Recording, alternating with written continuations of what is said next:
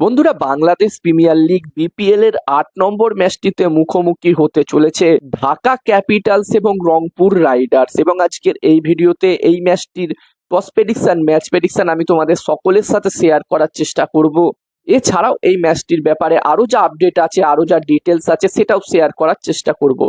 তোমরা জানো আমার ভিডিওগুলো ছোট্ট হয়, তোমরা স্কিপ করো না, পুরো ভিডিওটা দেখো। আর ছোট্ট ভিডিওটা ভালো লাগলে অবশ্যই লাইক করো।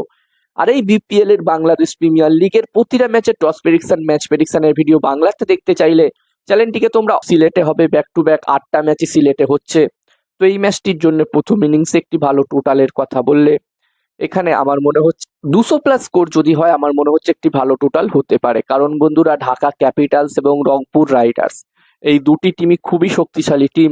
তো এখানে 200+ স্কোর একটি ভালো টোটাল হতে পারে। আর যেখানে বন্ধুরা Rangpur Riders team back to back দুদিনে দুটো ম্যাচ খেলবে, যেখানে তারা তাদের প্রথম ম্যাচটি খেলবে চট্টগ্রাম রয়্যালস টিমের বিরুদ্ধে, তারপরে তারা তাদের দ্বিতীয় ম্যাচটি খেলবে ঢাকা ক্যাপিটালস টিমের বিরুদ্ধে। আমি যখন এই ভিডিওটা বানাচ্ছি তাদের একটি ম্যাচও এখনো পর্যন্ত হয়নি। এবারে দেখার বিষয় থাকবে ব্যাক টু ব্যাক দুটো ম্যাচ তারা খেলবে রংপুর রাইডার্স, এখানে দুটো ম্যাচে তারা কিরকম পারফরমেন্স করে।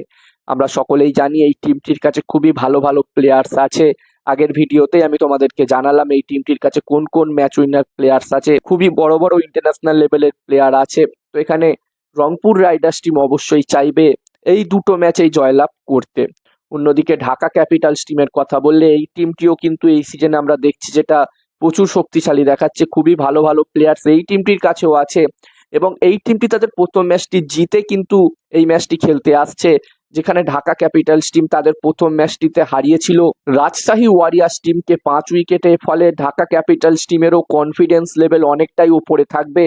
তো এখানে এই দুটি টিমের মধ্যেই, এই দুটি শক্তিশালী টিমের মধ্যে আমরা একটি দারুণ ম্যাচ দেখতে পাবো আশা করছি। এবারে দেখার বিষয় থাকবে কি হয়।